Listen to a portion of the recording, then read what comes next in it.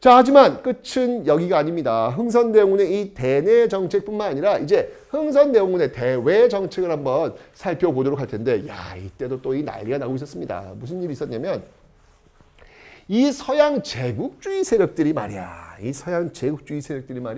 밀고 들어오는 모습들이 있었어요. 자, 이게 바로 서세동점 서양 세력들이 동쪽으로 점점 밀고 들어오더라. 이러면서 서양 배들 달을 입자야. 모양이 다른 그런 배들. 다른 배겠지. 그죠? 이 군함들이 막 들어오고 그럴 거 아닙니까? 그런 배들이 많이 나타나고 있다고. 얼마나 두렵겠어. 여러분 생각해봐. 지금 UFO가 지금 막 들어오고 있어. 얼마나 무서워. 얼마나 두려워. 이 당시에 이 서양 배를 본 모습들이 지금 우리가 UFO를 본 듯한 어떤 그런 느낌을 가지게 되는 것이죠. 자, 이러면서 흥선대원군의 그 대외 정책은 무엇이었느냐 기억해 주세요. 바로 통상수교 거부였습니다. 통상수교 거부였습니다.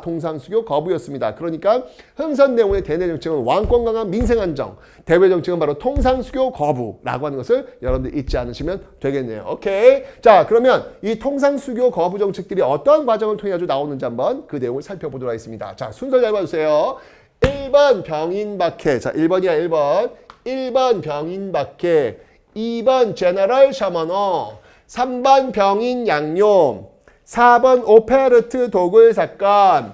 5번 신미 양요. 일단 순서를 좀 여러분들 기억하셔야 돼요. 왜냐면 여기서 시험 문제가 어떻게 나오냐면 가나 사이 시기에 있었던 사실로 옳은 것은 뭐 요걸 이제 가로주고 요걸 가로주고 예, 그다음에 뭐 요거를 뭐 이제 뭐 나로 주고 예, 그래서 가나 시기 사이에 뭐서 2번, 3번, 4번 중에 뭐 답지를 고르는 그런 문제 나올 수 있기 때문에 요 순서를 일단 여러분들 기억해 놓으셔야 됩니다. 아셨죠? 자, 1번부터 한번 보도록 하겠습니다. 병인박해는 도대체 무슨 일일까? 1866년에 있을 때 연도 같은 거 외우지 마세요. 연도를 알아야 시험 문제를 푸는 문제는 저희가 내지 않습니다. 수능에서 그런 거 내는 문제는 금기되어 있어요. 근데 자꾸 연도를 왜 외워? 뭐 학교 내신에서 모르겠지만 어쨌건 예, 그런 모습들이 있다는 것을 봐두시면 되고요. 이 병인박해라고 하는 것, 이것은요. 병인년에 바로 프랑스 천주교 선교사들이 죽은 사건이라고 보시면 돼요. 그러니까 여러분들 기억나시죠? 앞강의에서 이 서민들의 이 의식이 성장하고 있었다. 거기에 하나의 영향을 미치는 게 바로 천주교였다. 모두 다 하나님 앞에 병등합니다. 라는 이야기를 하면서 이 천주 확산됐다 그랬잖아요. 그죠? 근데 천주교에 문제가 있어. 뭐냐면 제사를 거부합니다. 뭐야? 유교에서 부모님한테 제사 지내는 것은 이건 효의 첫 출발이나 마찬가지인데 이걸 천주교에서 거부한다는 거예요. 이건 있을 수 없는 이거는 이단이야, 이단. 정부로서는 막을 수밖에 없는 것이죠. 그런데 이 천주교가 확장되니까 결국 정부는요. 천주교 신자들을 박해합니다. 죽입니다. 그런데 그 과정 속에서 프랑스 신부들이 끼어 있었던 것이고 프랑스 천주교 선교사들이 죽음을 당하는 일이 벌어지니 이것을 바로 병인박해라고 합니다. 여러분들 이 당시 제국주의 있을 때 무섭거든. 걔네 무서운 애들이거든. 걔네들이 자국민을 죽였다는 이야기, 그 자국민들이 죽었다는 이야기 들으면 어떨까? 쫄려. 어떻게 할까? 좀 걱정됩니다. 어쨌건 병인박해가 벌어졌다는 거 기억해 놓으시면 되겠습니다. 자, 그 다음에 두 번째 사건은 뭐냐면요. 제너럴 셔머너 사건 같은 해예요. 1866년 같은 해. 제너럴 셔머너 사건이 벌어지는데 이것은 위치가 어디냐면 평양. 네, 평양에서 벌어졌습니다. 자, 이건 이제 미국 배인데요.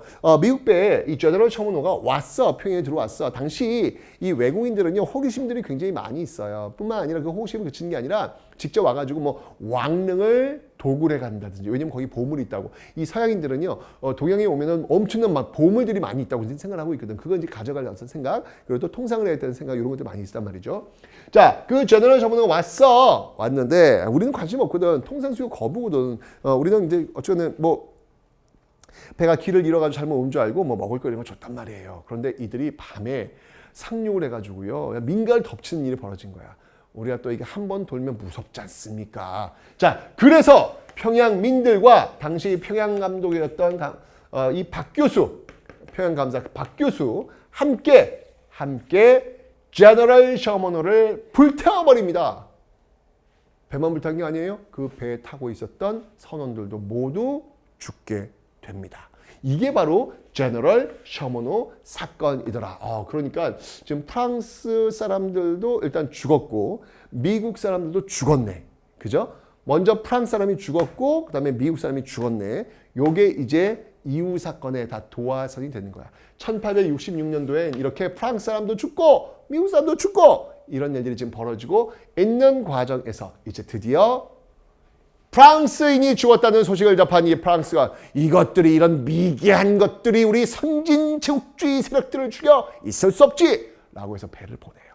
그러면서 벌어진 게 바로 이 병인년 같은 해입니다. 예, 순서 병인박해 제너럴 셔먼 사건 그다음에 병인 양요로 이어지는 거예요. 병인년에 일어난 병인 양요더라. 자, 이 병인 양요 벌어진 장소는 어디면 강화도예요. 자, 여러분들 강화도라는 것이 어떠냐면 전 근대 시기는요. 강화도는 마지막 보루였어. 예를 들면 몽골이 쳐들어왔을 때 왜 최후가 강화도로 옮겨가지고 끝까지 싸우지 않습니까? 최후의 보루였어.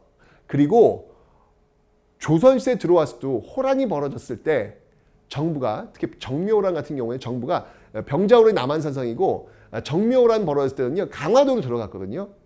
항상 이 강화도는요 최후의 보루 역할을 했어. 전근대 시대에는. 그런데 근현대로 오면서요 이 강화도는 최전방이 돼요. 최후의 보루가 아닌 최전방이 돼요. 왜냐하면 이 서양배들이 강화도를 통해 가지고 서울로 들어와서 압박하려고 한단 말이야. 그러니까 당연히 강화도가 첫 관문이 되는 거예요. 이 강화도로 들어와 가지고 싸움을 거내 이게 바로 병인 양요가 되고 있더라 라고 하는 겁니다. 이 병인 양요 정말 이거는요 눈 뜨고는 좀 볼 수 없는 그런 아픔이 있어요. 왜냐면 이 프랑스의 무기가 너무 좋아. 딱 조준하면요 뿅! 꽝! 근데 우리는 뿅! 하면 그 다음 마지막 효과음이 쿵이에요. 안 터져. 우리 건 안 터져. 그냥 던져가지고 나무배에 맞춰가지고 나무배에 물 들어가게 해서 가라앉게 하는 그런 형태인데 중요한 건 뭐냐면 프랑스 배는 나무로 만들어지질 않고 철로 만들어졌다는 얘기예요. 쿵 하도 안 뚫려. 게임이 안 되는 거예요. 완벽히 우리가 당한 강화도는 결국 프랑스 손에 넘어가게 됩니다. 그러나 우리가 어떤 민족입니까? 반만년의 역사를 지켜온 민족.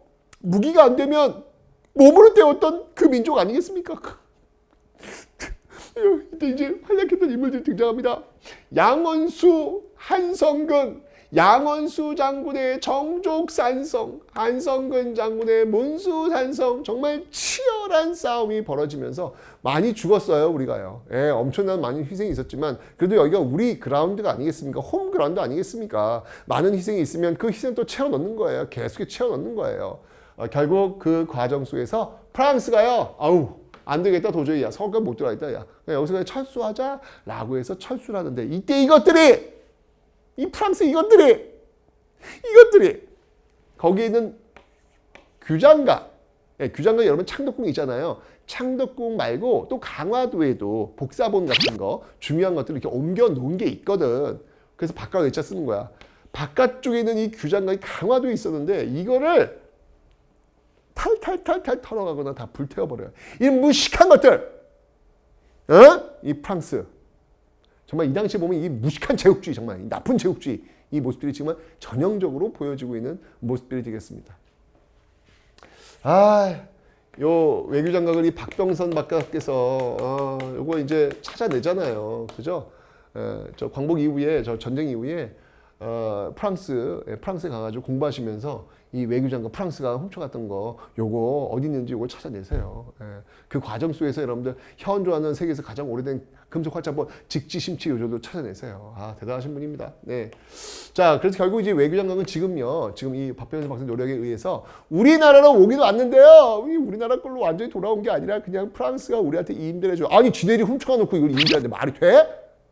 좀 안타까운 어떤 상황은 있습니다만 어쨌건 우리가 지금 임대 형식으로 전시되어 있다는 걸 봐주시면 되겠습니다. 이게 바로 병인양요, 바로 프랑스와 싸웠던 역사의 모습들이 되겠습니다. 여러분들 시험에 잘 나오는 거 꼭 기억하실 거 바로 이렇게 인물들, 병인양요 양원수와 한성근이 활약했음을 여러분들 반드시 기억하셔야 합니다. 양원수, 한성근, 병인양요의 양원수, 한성근 반드시 기억하셔야 돼요. 시험에 진짜 잘 나와요, 여러분들. 요거 병인양요에 대한 설명으로 옳은 것은 뭐 양원수의 정족산성이 승리를 거뒀다. 뭐 이런 거 시험에 꼭 나온단 말이야. 꼭꼭꼭꼭꼭 기억하기. 오케이? 그런 과정에서 이제 프랑스 물리쳤단 말이야. 그런데 이게 웬일? 이건 정말 상상도 할 수 없는 일이 벌어져요. 네 번째, 오페라트. 이 사람 독일 사람이야. 독일인이 와가지고, 이거 이제 충청도 덕산에 있는 거거든요. 남현군 묘를 도구를 해요. 남현군이 누군지 알아? 흥선대원군의 아빠야, 아빠. 야, 너희들 누군가 와가지고 나중에 부모님 묘가 있는데 그 묘를 파헤쳐가지고 그 부모님 시신 관을 들고 와서 자기랑 협상하재. 야, 이게 말이 돼. 이건 쓰레기. 이건 진짜 금수만도 못한. 아이씨, 내 지인 중에 박금수가 있는데. 아이씨, 미안하다 진짜. 아니 정말 이 말도 안 되는 일을 벌인 거 아니겠습니까? 이게 지금 어떻게 이런. 야, 이건 정말 이 제국주의 세력들이 얼마나 지저분한 이 모습들이었는지를 보여주는 단적인 모습이에요. 아니 시신들을 탈취해갖고 그거 갖고 협상을 하자고? 이런 나쁜, 내 욕 나온다 진짜 이거는. 그죠? 야, 그들이 무슨 뭐 신사의 나라 웃기라 그래, 웃기라 그래. 어이가 없어. 이거 지금 이 약소국들의 보인 이 만행들을 보면요, 이건 정말 쓰레기만도 못한 그런 짓들을 너무 많이 저지른 대표적인 5% 라면 보면 좋고 결국 실패에 돌아갔지만 이 사실을 난 이 흥선대원이 난 흥선대원이 통상수교 거부 정책을 펼친 이유가 나름 이해가 돼요. 아니 저라도 저런 소식 접하면 아, 얘네들은 인간이 아니구나. 얘네들하고는 상종을 못해. 나올 수 있을 것 같아요. 어떻게 이럴 수 있냐고요. 그죠? 이런 일들이 벌어지면서 흥선대원의 통상수교 거부 정책이 더욱더 강화되는 모습들 보이고 있는 과정에 이제 또 큰 사건이 벌어지니 그것이 바로 신미양요. 아까 여러분 기억나시죠? 1866년에 병인박해와 이 제너럴 셔먼 사건이 있었다. 그 병인박해, 프랑스 신부가 죽었으니까 프랑스 소련계 병인양요였다. 근데 그때 누가 또 죽었어요? 제너럴 셔먼 사건, 미국 선원이 죽었잖아요. 그죠? 이제 드디어 미국이 쳐들어옵니다. 그게 바로 신미양요가 되겠습니다. 역시 주 부대는 강화도. 왜냐면 쳐들어올 때 서울로 쳐들어올 때 그 관문이 강화도가 되기 때문에 강화도에서 만날 수밖에 없는 거예요. 자, 그런데 이때도 역시 마찬가지로 서양 제국주의 세력들이 무기가 너무 좋으니까 우리가 효과음 없는 슝쿵 이거는 싸움이 안 되는 거예요. 또 강화도가 또 점령되는 그런 모습들을 보이고 있습니다. 정말 이 강력한 무기를 앞세워가지고 너무나도 힘없는 어떤 그런 모습들이 지금 연출되고 있는 거예요. 그 아바타라는 영화 혹시 보셨는지 모르겠지만 그 아바타 때 그 강력한 무기를 앞세워가지고 그 밀고 들어오는 그 모습들에서 막 죽어가는 그 원주민들의 모습들을 보면 알겠지만 똑같이 우리가 그런 모습을 보였단 말이에요. 너무너무 가슴이 아파. 자, 그때도 역시 마찬가지로 활약한 인물이 있었더니 그 인물이 바로 어제현 장군과 이름 없는 수많은 조선인들, 이 어제현 광성보 싸움. 자, 여기 시험에 왜 잘 나와? 이 가슴 아픈 현장 속에도 시험에 뭐가 나온지를 얘기하는 내 자신이 너무 슬프다. 어쨌건 이 상황 속에서도요, 여러분들 병인양요의 양원수 한성근, 신미양요의 어제현, 요 연결고리, 요건 진짜 시험에 나오니까 완전 시험에 나오니까 꼭 기억. 신미양요의 어제현, 꼭 여러분들 기억을 좀 해 놓으셔야 되겠습니다. 바로 어제현의 광성보 싸움, 광성보 전투가 있더라 라고 하는 거, 꼭 기억해 놓으시면 되겠습니다. 신미양요, 어제현의 광성보, 병인양요, 양원수의 정족산성. 그 구분을 꼭 해요. 이거 시험에 꼭 나온다 얘들아. 꼭 나온다. 꼭 기억을 해야 됩니다. 아셨죠 여러분들? 요렇게 해서 요 흐름들이 지금 재병남신, 재병남신 요 흐름들로 이어지고 있음을 여러분들 기억하시면 되겠습니다. 그죠? 그러니까 이런 과정 속에서 딱 세우고 나서 이 당시에 신미양이 미국 쳐들어왔을 때도요, 또 미국이 또 수장이 또 훔쳐가요. 그래서 장군 깃발이거든요. 이거 훔쳐가요. 그래서 딱 그 미군 해군 방문에 전시해 놓는 어떤 그런 모습 보이고 있죠. 물론 이것도 다시 이제 임대형식으로 우리가 돌려는 받았습니다. 자, 그리고 나서 흥선대원이 입장에서 야, 이거 진짜 이 짐승만은 못하는 인간이구나. 이들과 수교하자고 하는 것은 바로 나라를 팔아먹는 매국자들이다. 절대 그런 일은 없을 거야. 라고 해서 척화비를 건립을 했습니다. 그들과 좋게 지내는 것을 배척하는 그런 비석을 전국에 세우면서 통상수교 거부 정책을 더욱더 강화하는 모습들을 보이고 있더라. 진짜 흥선대원군 시대는 정말 별의별 일들이 많이 있었네요. 대내 정책으로서는요, 왕권을 강화하기 위해서 뭐 경복궁 준건이나 비변사 폐지나 서원 정리 같은 모습들도 있었고, 민생 안정을 위해서 호포법이라든지 사창제 이런 것이 있는데, 대외적으로는 지금 이렇게 프랑스가 쳐들어오고 독일인이 막 묘 파고 있고 미국 쳐들어오고 난리도 아닌 어떤 그런 상황들이 지금 벌어지고 있더라. 어쨌건 그런 과정 속에서 흥선대원군은 중심을 잡고 왕권 안정, 민생 안정, 통상수교 거부 정책을 펼치면서 어쨌건 간에 지금 기울어지고 있는 굉장히 위험한 이 조선을 다시 반듯하게 세우려고 노력하고 있더라. 그때 추익현의 이제 고종이 친정을 하소서라고 하는 상소가 올라오면서 흥선대원의 시대는 끝나게 될 겁니다. 그렇죠, 여러분들? 자, 이런 모습들을 여러분들 이해하시면서 아하, 이렇게 근대사가 문을 열었구나. 자, 이제 흥선대원은 물러났고요. 고종이 집권하게 됩니다. 과연 이 고종은 아버지 흥선대원과는 좀 다른 정책을 펼칠 텐데 어떤 정책을 펼칠지 아버지와 전혀 다른 고종의 모습 지금부터 보도록 하겠습니다.